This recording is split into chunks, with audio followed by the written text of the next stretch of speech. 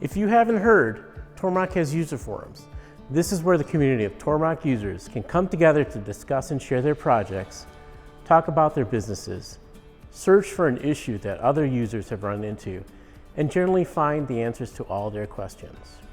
Like all good user forums, everything in the Tormach forum is searchable. So unlike the Facebook groups, you'll be able to easily find an answer that popped up years before. And speaking of popping up, you won't be bombarded with ads in our forum. All of this is moderated by a member of the Tormach Technical Support staff. So if you post a problem, you know you'll get the right answer. The Tormach forums can be found on forums.tormach.com. But there's another resource you should know about. We have knowledge bases on our product on each support page. These contain a detailed list of solutions to help with your troubleshooting. The page tree on the left is there to help you find an article in your area of interest, or you can use the search function. We've also integrated the knowledge base into the technical support tickets. So when you start searching for an issue, you may get the solution immediately from a suggested article.